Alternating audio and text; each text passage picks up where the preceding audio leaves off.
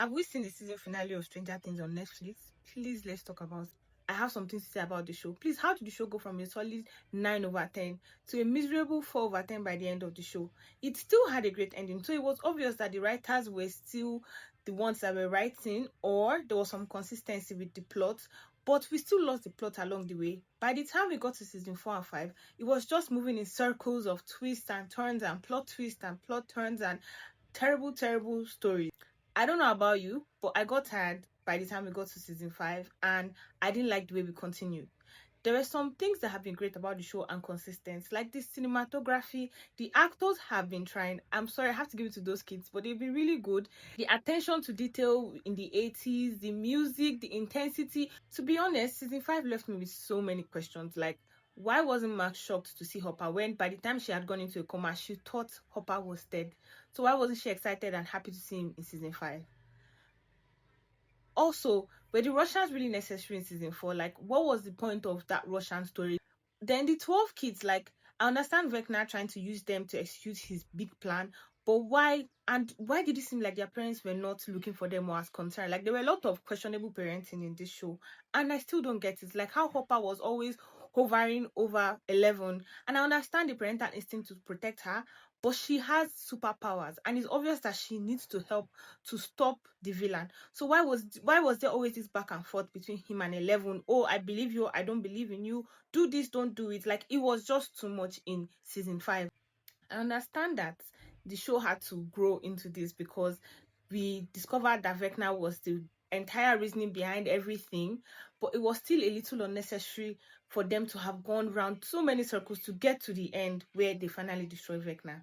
I also didn't understand the necessity of Kali coming back to help because she's such an annoying character. Someone else could have helped Elle defeat Vecna and, execute her plan. I understand the necessity of someone with powers helping Elle with the illusion so she can escape, but it didn't have to be Kali. I do not like that character at all. I also did not understand the necessity of giving so much screen time to Will and his sexuality. Like, why did they have to stop saving the world?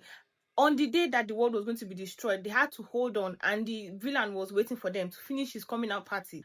I just feel like Robin's coming out story and her sexuality story was just easier to ingest compared to Will's. Like, it was just too much, and there was so much drama and intensity around it that was not necessary. There were some times when the world was ending and things were crumbling that some beautiful things happened, and I just thought, you know what, this one is adequate. Like Nancy and Jonathan, that proposal in between when they thought they were going to die and when they didn't was so beautiful. I loved it.